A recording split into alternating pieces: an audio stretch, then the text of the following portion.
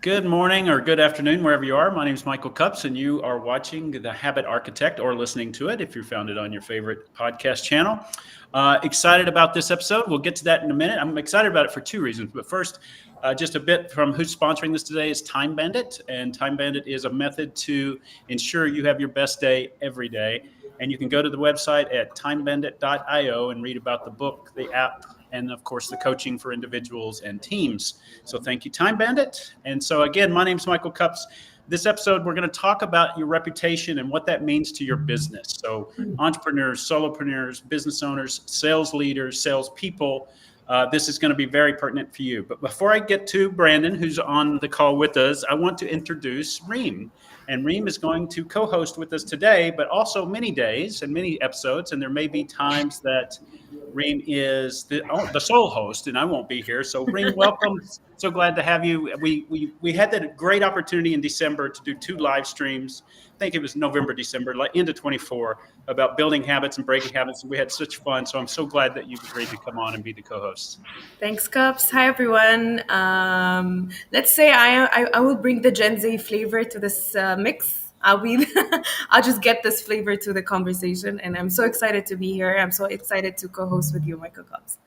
Yeah, that's great, and I do think that's part of it is just the different perspectives. We're in different countries. You're male, female, and of course that Gen Z, and I'm in the old gen. So anyway, so now let's get to our guest, Brandon Lee. How are you? Great to see you this morning. Why don't you tell us about yourself? Well, I'm Gen X, first of all. I'm part of the best generation ever. I know we don't get the greatest generation, but no. I'm one of those guys. We grew up taking care of ourselves because that's what Gen X did. But yeah, Cups and Reem, thanks for having me on the show. I am currently I'm the founder of FistBump, which we help busy CEOs and sales leaders become more connected, relevant, and influential in their industry. I have a lot of fun doing that. I have a great team. I've built and sold several companies. I've built and failed at 2 companies, which, the saying goes, you learn more in failure than you do in successes. And I can say that's true. You learn a lot in both, but you learn the really good, hard stuff in the failures. And that's kind of been my journey. I had one job out of grad school, and then I was there for about 18 months, and then became the first hire of a startup. So I was the 3rd person on the team with 2 founders, and I've been kind of in entrepreneurship and startup ever since. Yeah, and that's interesting. Let's talk a little bit more about your journey before we get into the meat of the discussion about what you're doing now and helping people. That journey is interesting. You and I, full disclosure, you and I have known each other and worked together for 6 or 7 years now. I mean, I've used some of your software, I've used your advice, and more importantly, friendly. We talk about things in real life from time to time, but some of that journey was interesting because being Gen Xers like you and I are, we've seen a lot happen in business, right? From the internet just taking over. I remember the .com boom, which was fun, and then it wasn't. There's so many different changes and the way that people interacted with one another. Can you walk us through that? Not necessarily the mechanics of the communication, but just what's changed over that journey for you? Yeah, I think so. Gosh, a lot's changed. I think that. Let me talk about some of the things that haven't changed, and then I can talk about that how it's changed. So people connecting with people has not changed. I believe at the core root of any business and sales is it's who you know and then what you know. I think the expression goes, it's not what you know, it's who you know. I think in this time of age, it is who you know first, and then you better know well what you know, because it's too easy for your buyers and for your industry to get access to other people to find out if you're full of it. So it's who you know that's going to get you in the conversation. But then once you're there, you better be solid with what you do, because it's in what I'll call the old days. So let me go back 25 years. If I got in a room with a bunch of C-suite because of relationship, there's a lot of things that we could talk about that they may not know if it was true or not, because it was harder to access information. So that whole who you know is still the biggest door opener ever. Now, what's changed, and here we are 5 years out of COVID, which was a catalyst to this. But what started changing, and I always use 2010 just because it's a good number of 10. 2010 is when I think sales changed a lot in a lot of industries, not all industries. And I love most of my clients are in very traditional companies, not tech startups, although I've been in that space. But 2010, sales started to change. It started becoming more transactional in a lot of industries. More traditionals, it stayed very relational. But in a lot of industries, sales became much more transactional. And so that communication was different. Where I learned, and if anybody's ever watched my show, Mastering Modern Selling, I talk about how to win friends and influence people has been the best, most influential book in my life because it's all about how to connect with people. And we lost a little bit of that in the early teens. And then at COVID, everything became digital. And I think the easy motion when it's digital, when you're on a screen or we're using LinkedIn, and you're like, oh, I got to hit my quota or I got to connect. It's to pitch. It's always pitch. It's so easy. When you're face to face with somebody, we inherently know as humans. If I walk up, I don't know Reem. I walk up, I see her tag. It's like, oh, she works for a company I want to know. She's got the right job. And I walk up to her and I go, Reem, here's my brochure. Let me tell you everything that we got. Can we meet for coffee tomorrow? Reem's going to be like, dude, and like, yeah, he would be able to walk away fast enough. We know that in face-to-face environments, and we would never act that way. Well, most of us would not act that way. Some people do, but most of us wouldn't act that way. But then when we get in this digital environment, we forget that they're just real humans on the other end, and we still start a conversation the same way. So it can be different because the medium or the channel is different. Like, you guys aren't really there, but you're real human beings on the other side. Yeah. That makes sense, that those similarities and differences.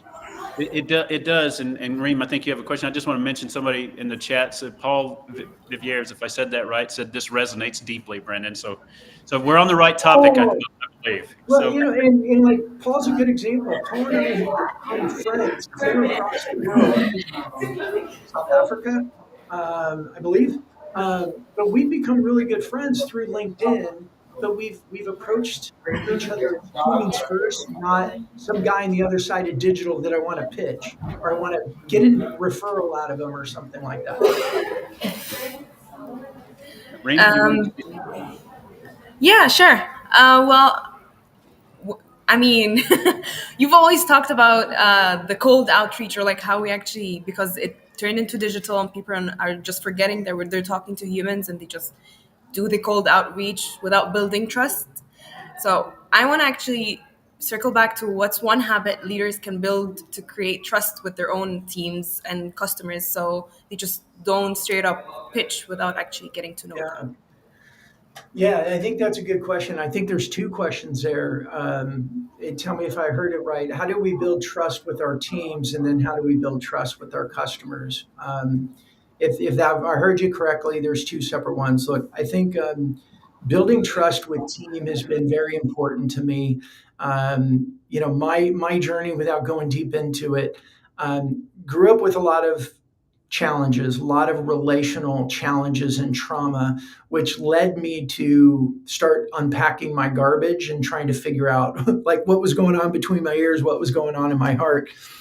In that process, I learned, it was, therapy was probably one of the best things I ever did for entrepreneurship and in sales, because it helped me start to know myself better. And knowing myself then led me to leading myself. And building trust with our team, I think one of the first things is we got to start dealing with our own hurts and pains and frustrations, because if we don't understand those, they manifest in ways that we were not aware of and not controlled. And it usually manifests negatively. We become angry, we get frustrated, we don't communicate well, we have high expectations without communication. all those types of things that break down trust, especially with employees, we're not aware of it because that we don't know ourselves well enough to know, like I tell my team a lot, I don't know if I'm going to communicate this the right way, but let me start sharing this with you because I want, like, here's the heart behind what I'm saying, but I don't know necessarily how to say it the right way. I just learned about myself that sometimes my communication is a little too out there and they don't always understand it. And so I've had to come at it from a different perspective. So building trust with our team is first and foremost, I mean, get into that soft, foofy stuff that people don't want to deal with. But I don't care if you're at an enterprise level where we're not supposed to be emotional at business. This isn't about being emotional, but being in touch with those parts of your life actually help you show up in more control, with more awareness. We communicate better. We're able to have better expectations. Like, some of the worst things we can do with our teams is have expectations that haven't been communicated. And then when we get frustrated, they don't know what's going on. And one of the things I talk about with our team is, anger is actually a mathematical problem. Like, anger is the difference, right? The difference is math. It's the difference between expectations and reality. That's anger. Now, if we don't communicate our expectations well, and they don't meet our expectations and we respond in anger, there's a lack of trust. So that's one area of it. Building trust with our customers. Whew, it is hard right now. It is hard right now. And without a long-winded answer, I'll say this. It is about content. It is about consistency. And it is about bringing your humanity into it. The biggest mistake I see CEOs make around content, social media, if you will, if you know anything about me, I hate that term because it takes us down too many paths. Let's just talk about your reputation. If all your content is business focused, as I say, you hide behind your title and all you do is talk about business, the people on the other end feel like they're being sold. They feel like they're being pitched. Going back to the live event, if I go to meet somebody and I lead with all business and all I talk about is business, business, business, they're going to feel pitched, sold. They're going to feel like I'm trying too hard. But in a live event, if I walk up to somebody and think about this for yourself, like, what do? You look for something. I'm very much motivated and driven by everything I learned in How to Win Friends and Influence People. Excuse me, which is find something about them and talk about it. Now, it's got to come from a place of being genuine. But if you go up, like I go up and go, oh my gosh, Reem, your earrings are so cool. Where did you get those? Tell me about that. Like, you already saw right there, Reem just started smiling bigger. It was about her. In a live environment, that's the way we break the ice. We start to build rapport. And then eventually we'll talk about business. The way that leaders can build that confidence is they've got to discover what in their humanity they're willing to disclose in a business environment. Now, like on my show yesterday, we talked about authenticity and we talked about transparency. Look, it doesn't mean go full open Komodo and share everything. That's not it. But be strategic about, hey, these are the topics about my humanity that I want to talk about in public, because that humanity is the way that the other people's humans' hearts will connect with you. So I had a call a little bit ago, and this is just a great example. Denise, who is going to be a guest on my show next week, she's a sales coach, trainer, speaker. How many of them are out there in the world? Right? Hundreds. Yes. What Denise and I connected on was more on the humanity side. And in this case, we both have these, a lot of what's influenced how we show up in the world came from the trauma that we experienced and have overcome. And she and I talked about that. When I think of Denise now, do you think I think of sales trainer first, or do I think of the human side that we connected on? And then I go, oh, and Denise is a sales coach, Yeah. right? It's really, really important. You as a leader, if you want to build trust with your audience, with your industry, with your network, you have to give their human hearts something to connect with and remember you by. It could be a hobby. It could be the fact that you're really into your family.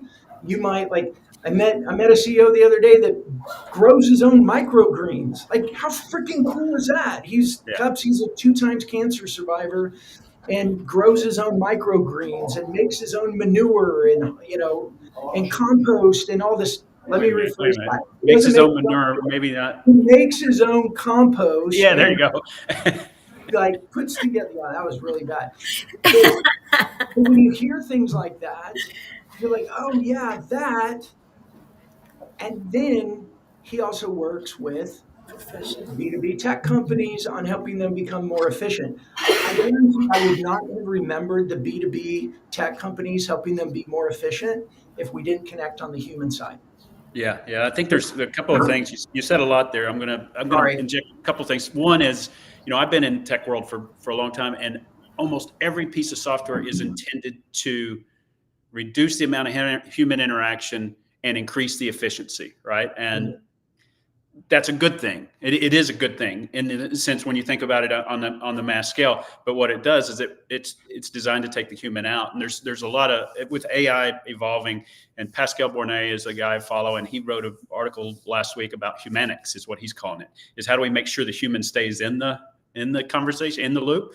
So that's one thing. And the second thing is, you said something interesting, and you said the phrase that you like the most, or the book you like the most, is Make Friends and Influence People.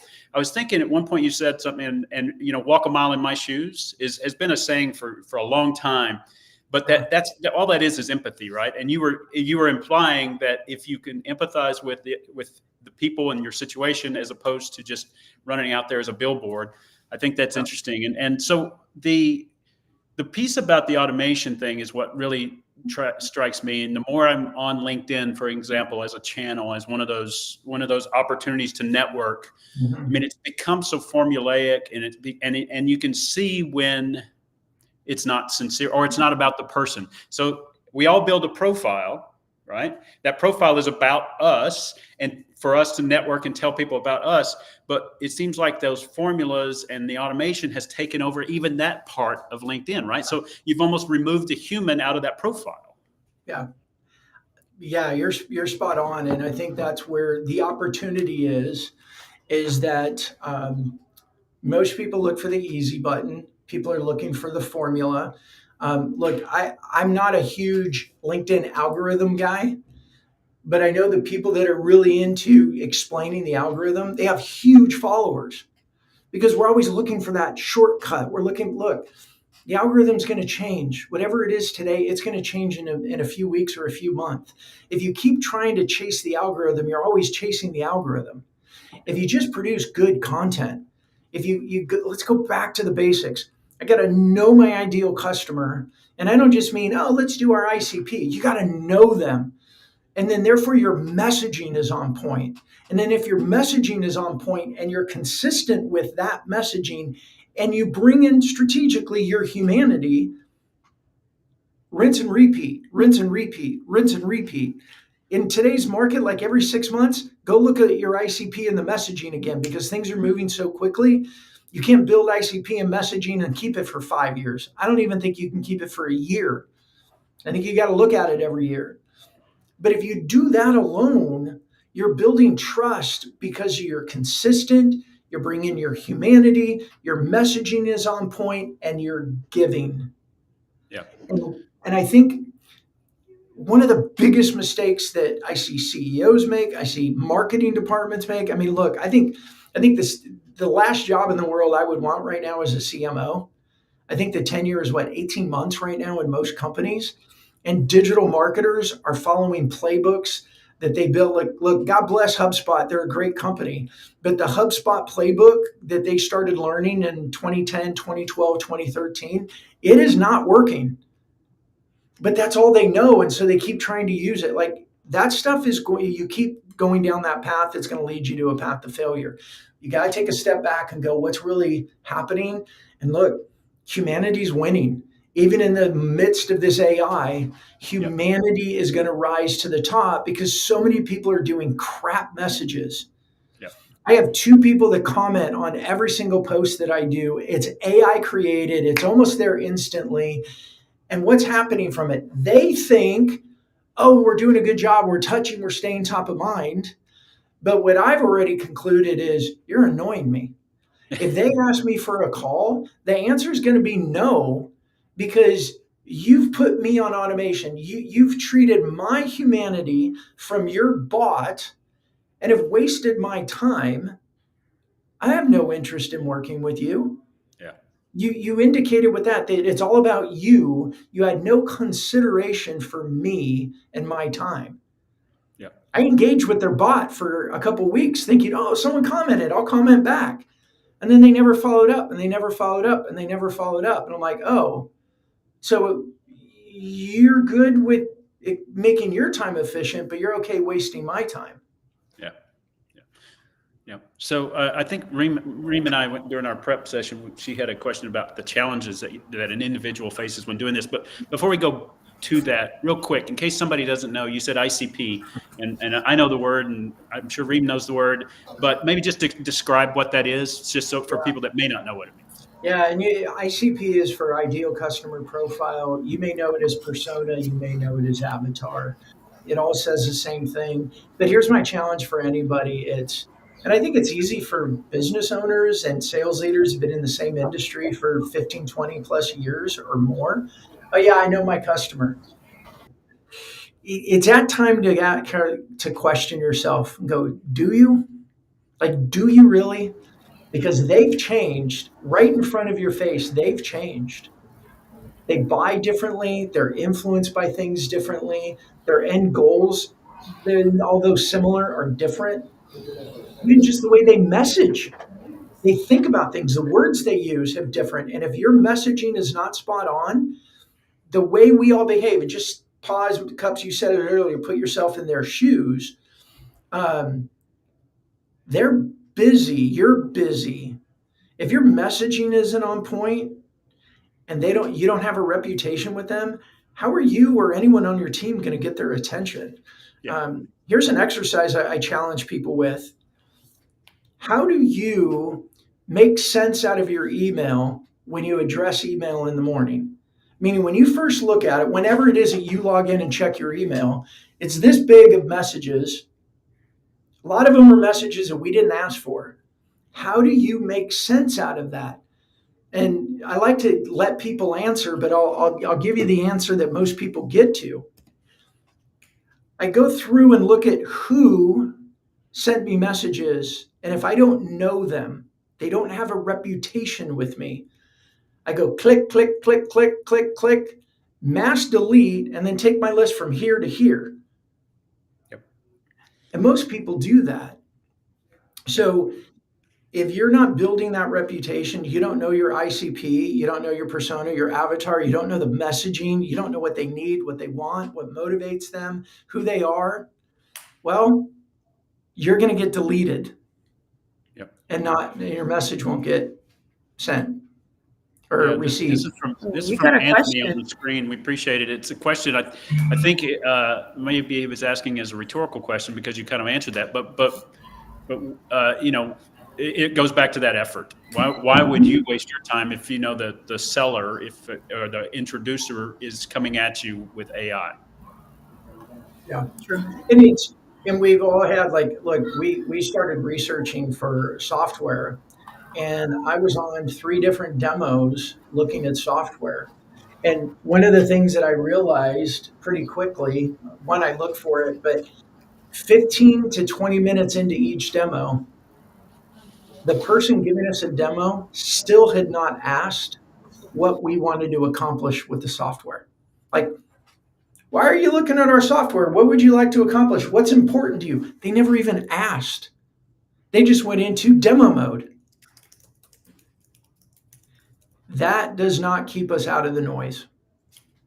Yep. So authenticity is hard, right? So that's what Reem and I were talking about. And I don't know if you want to expand on it, Reem, but I mean, what are the things that somebody needs to do? I don't know if it's a reminder or just to become more authentic in their business. Look, it's hard, but it's not hard if you do the work. It's like most things. If you do the foundational work, it becomes a lot easier. Number one, I'm going to go back to know your target audience, know your ICP, know the messaging. Like, what do they want? What do they need? What are they scared of? Like those types of things. If you know those, then you can start to be strategic about how you want to show up in that environment. I mean, just think about it this way. If you're going to a networking event, you pay attention to things like, what should I wear? When should I show up? What are conversations that are appropriate in this environment? And you don't necessarily think all the time like, well, who do I want to be here? But you do think about like, how do I want to represent myself in this environment? If it's a business event, it's people are in suits. Most, for me, men are wearing ties and I show up in jeans and flip-flops and a t-shirt. What am I communicating? It's the same thing with being authentic. It's if we don't know our audience, we don't know the conversations, the topics that are going to be meaningful for them, then what happens is we create content, nobody responds, and we go, LinkedIn doesn't work. No, you didn't do the work at the beginning to make sure that you know who your audience is, you know what they're talking about, you know the messaging. Take time, instead of going in discovery calls and always being in sales mode, try to build some relationships and go, hey, can I just ask you some questions? Like most people would be, like, yeah, or like, hey, can I buy you a drink or buy you dinner? And these are the things like, what's important to you? How would I approach you? Like if you just started doing pause and do that work, it makes the rest of it easier, better, accelerated, and you don't come to the false conclusion. This is my biggest frustration. Oh yeah, we tried LinkedIn and it didn't work. It's like saying I tried calling someone and it didn't work, so the phone doesn't work. Yeah. You didn't know who you were calling. You didn't know what to say. You didn't know what they cared about. You didn't know when they were going to be home. Like you didn't know anything, but that damn phone doesn't work.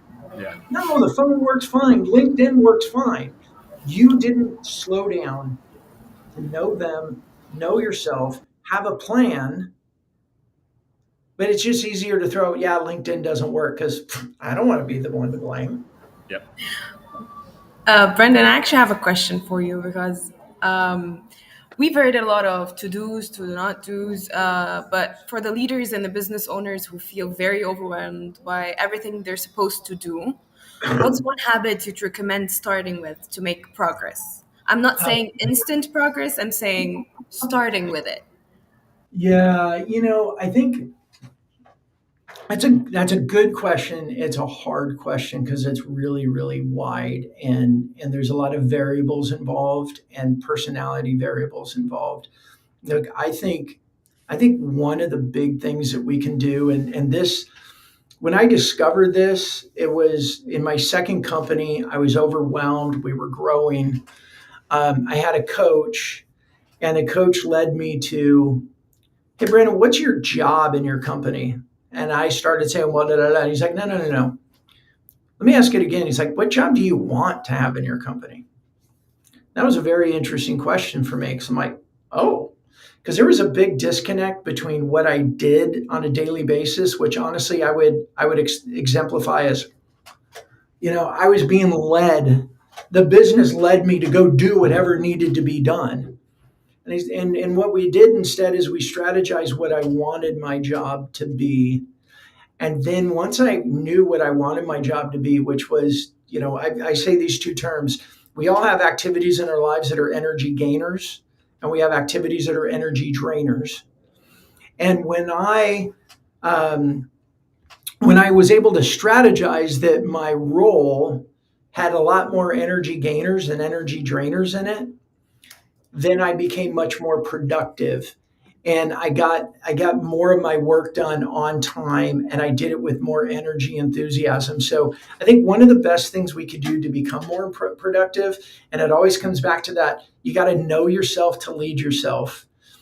The first thing you can do to be better at your habits is actually strategize to make sure the activities you're doing are things that your heart, your soul, your human goes, oh, I get to do these, instead of, oh, frick, I got to do that. And I call it, I like the 80-20 rule, right? 80% of our daily activities should be energy gainers, and 20% or less are drainers. Because if not, at the end of the day, you're empty and you're drained and you're miserable, and you make life miserable for yourself and people around you. Yeah. So I know it's a little bit of a touchy-feely thing, and CEOs want, like, just tell me what to do. Look, the best thing I did in my life was started, like I say it, therapy helped me a ton in business, because it helped me understand the things I was doing that weren't good for my person. And started doing things that were good for my person. And then I was just happier and better and more joyful. And I made the people around me better. And, this is a season, I said, I learned it in my second company. Year one, we went from 0 to $1 million revenue in 9 months, which was great. But in year two, when I started doing this, and, halfway through year two, in year 3 to 4, we grew over $6 million in 1 year. We went from 0 to 18 million in 5 years. And I attribute so much of what I did, and then I did it to the team that was immediately around me, and helped them, like, oh, let's get these activities off your plate and put more of these on your plate. And then they turned around and did it with their teams. And I just had a team of people that was like, I get to do this job. Yeah, that's interesting. And Reem, it was a great question, because if you remember when we did the live stream on building habits, the very first step is the why. Why are you doing that? And you were talking about, as a company, why are we doing this? But also individuals, it's their why. They're showing up every day. It's what gets them to show up every day in their best self, right? And that why is the first step in any journey, I think. Because if you don't stop and evaluate that part, you're off track already. And it's the details. So, we're in late, mid to late January. We just came out of New Year's Cups. I know you talked about the one of your posts was about the failure day. Quitter's Day. So often, and I think fitness is an easy one. We look at what other people do and we go, oh, I have to go do that to be in shape. Well, you know what? I like to be around people. So for me in fitness, I need to be, if I'm in a group environment, like a class, I'll go to it because I want to go see people that I know. Yeah. And also I love to run. So when I'll go out and run 5 to 10 to 12 miles. I listen to podcasts, and that's like my introvert time of being alone and running. But I don't go to the gym and lift weights. I just won't do it. I know that about me. I am setting myself up for failure to quit. But if I go and join a class, I feel compelled to go be around those cool people. And then I'll lift my weights in the class and do all that stuff. But that came from knowing myself. For years, I failed at fitness because I knew I'm supposed to go lift weights. I hate lifting weights. I hate doing it alone. I put AirPods in. I do this. I do that. I do in the morning, do in the afternoon, all those things failed because at the core of it, it was me doing something alone. Knowing your why. I didn't know that if you do it, if you done it alone, you wouldn't do it. So if you done it with a group, you would have done it. So you just knew your why. And it comes back to any of our habits. It comes back to deciding the jobs that we're in. Like, it's not, do you want to do sales? It's go deeper. I tell my kids this all the time. Know yourself. Like, do you want to be around people more often than not? Do you want to do group? Like the things you can learn in schools, like, do you enjoy working in group environments, or do you enjoy working alone? Yeah. Do you want responsibility alone, or do you want responsibility in a group? Do you like to travel? Do you like being in a car? Do you like to be on a plane? Like, when you start to understand those things, then you choose a job accordingly. 80% of the things you're doing are energy gainers instead of 80% are energy drainers. You're like, I wanted to do sales, but I hate my job. But I guess I'm stuck here. Like, oh, what a miserable life. We got Yeah. one go around. Right? Yeah. Don't spend time being miserable at all. Spend time fixing the things that make you miserable and make this thing worth it. Yeah. So exactly. I 100% agree. We've got about 10 more minutes or so. We've got a few people commenting, which is fantastic. Yeah, that's great. When you talk about your therapy, that's awesome. Brendan, I'm wondering, just to think about the core message here, your reputation it leads to revenue, right? And you say it better than I do, but what is, I mean, if somebody just wants to start, because I'm a big believer, if you want to run a marathon, you start by running around your block, right? If you want to read more, start with one page, So let's say that you're, somebody's an entrepreneur or a solopreneur, and they're ready to kind of help their business become more real, more authentic. Yeah. On LinkedIn, let's just pick that. It could be Facebook, it could be whatever's their channel is, but let's just pick LinkedIn. What are some simple things they can get started doing? And is there some way you got over the fear of like turning on that iPhone and talking about yourself or talking about a situation? Yeah. So I'm gonna repeat something I said earlier because it's that important. The first thing that any of us should do is know your audience. I'm going to go back to that ideal customer profile and go back to messaging. Look, and I'll say what Tish Valdez, who's one of our clients with P31 Consulting, has said the other day, and it's so spot on. She said, once we did the messaging workshop and we got that like ICP of messaging down, now when she pulls out her phone, she's talking to a specific person. They've identified one of their clients who's their ideal, and they're using her. Now, you could create a fabricated person, a persona, or you take a real person, whatever works for you. But now every time she creates content, she's just speaking to that person. When I first started blogging, I was awful at it. And the one thing that I learned was this ICP thing, this speak to somebody. And I started writing my blogs going, Dear Dave, that was my ICP guy, his name was Dave. Dear Dave. And then I started writing my blog as a letter to Dave. Like everything was about Dave. Like what would Dave want to hear? Because when we're one-to-one with somebody, that's what we do. But we create content. We tend to be, and I was awful at this. I mean, I spent a lot of time with content that just failed bad. Oh, let me go talk about this. Yeah. That type of content doesn't resonate with anyone. So know your ICP and then create content. Back to know yourself, to lead yourself. If you like video, if it's easy for you to talk, do a video. If you're better at writing, write. If you like graphic work, create graphics that supplement it and then write it. But if you can do nothing else but just take one person who's kind of the stereotype and just speak to that, just pretend, close your eyes and imagine they're across from you. And then create content for that person. That alone would catapult your efforts. It's very good. Yeah. Reem, did you have a question? Yeah. Well, when things don't go as planned, how do you keep on staying motivated? Because I can do whatever I'm good at, like the videos, the written posts. What if it doesn't go as planned? How do you get back on track? You know what, Reem? I don't know how to answer. Everything I've ever done has gone exactly as I planned. I guess we'll never know. Yeah, I don't know what you're talking about. You mean as far as building our reputation and with LinkedIn and YouTube, whatever content? Mm-hmm. Yeah, I think stick with it. I think two things. Stick with it because the algorithm change. Stick with it. Work on learning. And then the big thing would be find people that are doing it with you. Chris Dunn was a guest on our show yesterday. And Cups, I got to get you to be a guest on our show too, because you have the similar journey.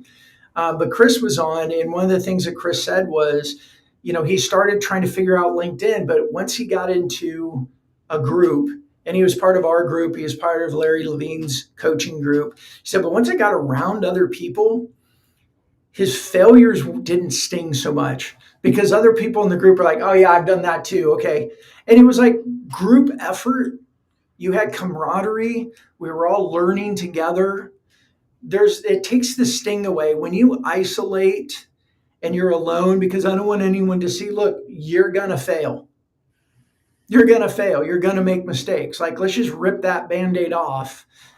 When you make those mistakes, or you fail, if you will, and I think, you fail by not doing it. But when you're doing it in a group, all of a sudden you can laugh about it. Like, oh my gosh, I tried something that it went over like a rat sandwich. Like, nobody wanted to deal with it at all. It's kind of funny, and everyone else can learn from it. You're like, well, let's try this. Like, okay, Ream Cubs, let's all try it this week and see what happens. Like, that community is huge. And too often we do it in isolation because we're scared. We don't want to look stupid. Hey, look, you're going to look stupid. If you're doing it right, at some point you're going to look stupid. It's okay. Yep. Yeah. That's the key. I think that's the key element right there. You can call it resiliency or whatever, but what's the worst thing that's going to happen? Right? What if you make a video and no one sees it?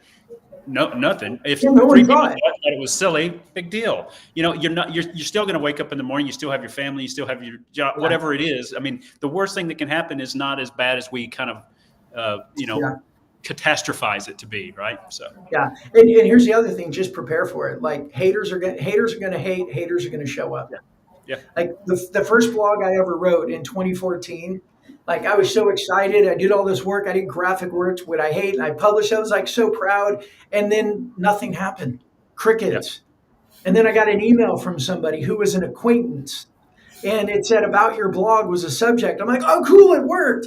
And it was like, hey, if you're going to blog, I figured you should do it correctly. And they copied my entire blog, put it in a Word document, click track changes, and they edited the entire effing thing. I mean, it was red. I was like, oh, I was mortified.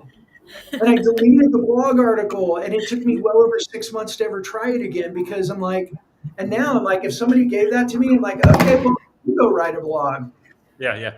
Well, Or I go to my community and go, hey guys, look what I got. Right? We can celebrate it, because look, the haters are going to hate, and they are going to show up, and we've got to be like a duck and just go. Psh, psh. But when you have community, you can laugh together. When you're alone, you go, oh my gosh, I'm the most horrible, stupid person in the world. And you catastrophize. Yeah. Well, great. Well, we are running out of time. Reem, did you have another question? And then Yes, we are. I had plenty, but we're running out of time. We'll have Brandon back then. After. Sorry, that's why I think I'm a little long-winded today. No, that's okay. So, Brandon, by the way, Anthony did say that he loves the idea about understanding your audience and picking out themes and for that work for you. Maybe you can address this in my next question is tell our audience about you, how to find you, what it's about when they do find you, and maybe build that in there, because I know that's part of your practice. Yeah, absolutely. So picking out things that you want to be known for, again, I'm going to go back to that, know yourself to lead yourself. And Anthony and I have talked about this on LinkedIn back and forth. I don't think Anthony and I have ever had a phone call, but we know each other really well from LinkedIn. Look, I start from, imagine yourself at dinner with 3 or 4 or 5 customers and 2 or 3 people from your team. What do y'all talk about at dinner? And it's generally 95 to 99% of it is personal. It's humanity. It's not business. So what are those topics that you are willing to talk about in that environment with customers, prospects, and coworkers? Those are the type of topics I would start to lean in. So, authentic doesn't mean all open Komodo and like, hey, look at all this crap that I've, struggled with in my life. If you're comfortable with that and that's part of, go for it. But it doesn't mean you have to. I think too often CEOs and leaders, they hear authentic and transparent and they go in and go, oh, no way I'm sharing that stuff. Like, I'm not nearly as good of a spouse as I think I am. And my kids currently hate me because they're like, I'm not going to talk about that stuff. And you shouldn't. You shouldn't feel pressure to do it. But what are you comfortable with? So I do my Jeep Talks video because being a Jeep owner is a big part of my life, and the community around it and the hiking and stuff that we do from our Jeep. That's all part of who I am, what I like to bring to humanity. Going deeper for me is the dedication I have to my wife and my kids and how important they are to me. Like, that's really important stuff to me that I talk about all the time. Some of those habits. So finding the areas that you're comfortable with sharing. And I like the intimacy, but the openness of dinner with prospects, clients, and colleagues is the way to look at, like, what topics from my personal life am I willing to share there, and start with those. And here's the cool thing too, is once you start, then it gets easier to go deeper. That was one of the things that Chris Dunn shared, is like, once he started, then he started going deeper and deeper, and it opened up and he got more comfortable with it. So I would start there. And then you asked about finding me. Look, the company is FistBump. Go to getfistbumps.com. We help C-suite and generally sales leaders, but really leadership, become more connected, relevant, and influential in their industry in order to grow their reputation to lead to more pipeline. The easiest way to find me is LinkedIn. You can also find me on YouTube. My team's moving me. We're going to start doing more on Instagram and maybe Facebook, which kind of scares me a little, to be honest. But LinkedIn, it's Brandon Lee. If you know the LinkedIn thing, it's Brandon Lee Digital. But you can also find me directly at our FistBump page as well. And I didn't talk about this, but I am the founder and the co-host of the live show and podcast. It's called Mastering Modern Selling, with my co-host Carson Hetty from Microsoft and Tom Burton from LeadSmart. And we go live like this every Wednesday at 3:30 Eastern. If you want to pop over there and follow us and check out what we talk about, we have a lot of fun over there, like we do here on The Habit Architect. Yeah. Well, great. Just one habit that you personally, whether it's professional or personal, that you're going to do in 25. You're going to add to your. Yeah. So on the personal side, because I've got time blocks for prospecting and all that stuff in business. I missed my running goals last year. I was short about 80 miles from the amount of running I wanted to do. And so this year, I do a minimum of 20 miles a month, which helps me with the cold. Like this month, I'm barely going to it's so cold that I just haven't wanted to go outside. So it's a minimum of 20 miles a month, but an average of 40 a month. Is the goal. So if I can do that, I'll hit my total mileage goal. And the way that I'm supplementing that too is my daughter Kate and I started running half marathons together. She kicks my butt. But I use those because I enjoy that part. You know, we go somewhere, we're planning one in Florida. So Megan and I with Zoe, and then Kate and her husband, Matt, we're going to go down to Florida for a couple of days, run a half marathon. It'll be out of the cold of Georgia. It'll be fun. So I use that fun to keep me motivated. But that's a habit that I put in place specifically in 2025. That's awesome. Reem, that's awesome. Thank you so much, Brennan. Reem, I'll let you kind of tell what did you learn today, and then I'll wrap us up. Well, Brandon shared with us like a lot of great advice today, from using trust to build stronger conversations to sticking to habits with, to see real results. But what stuck with me, and I wrote it 3 times actually, be a human 3 times. Like, this is my favorite one. Yep. And building trust takes time, and it's not a one-time thing. Start small, especially if you're overwhelmed. Progress comes from tiny steps. Yep. I guess that's it. Oh, that's awesome. That's a great takeaway right there. Those are 3. If we could all remember those 3 things every day, we're in a better place. So thank you, Brandon, for sharing that, and Reem for wrapping that up. I want to mention to everybody, next week's episode is going to be a fantastic episode. We have Danielle and Russ West. By the way, they're up there in Florida with you, Brandon, near or somewhere. They're in Atlanta. They're right here. Yeah, they're right here. Yeah. And so they are experts in intentional marriages, and they have a company, a nonprofit called intentionalmarriages.net. And I had a chance to talk with them before. They got some great advice. They're going to talk about one simple habit that couples can do weekly that will change the communication structure of your relationship. So if you're married, in a relationship, want to be in a relationship, or whatever the circumstances, it's going to be a great episode next Thursday. So tune into that. Thank you all the people that commented and asked questions. Anthony and Paul, I'm sure I'm missing some, but thank you so much for participating live. Brandon, thanks again. Good to see you. My pleasure. Reem, thank you so much. It's great to have you on the first co-hosting version. So it's awesome. So everybody, thanks a lot for joining the Habit Architect, and we'll see you next week. Thank you. See you next week. Bye.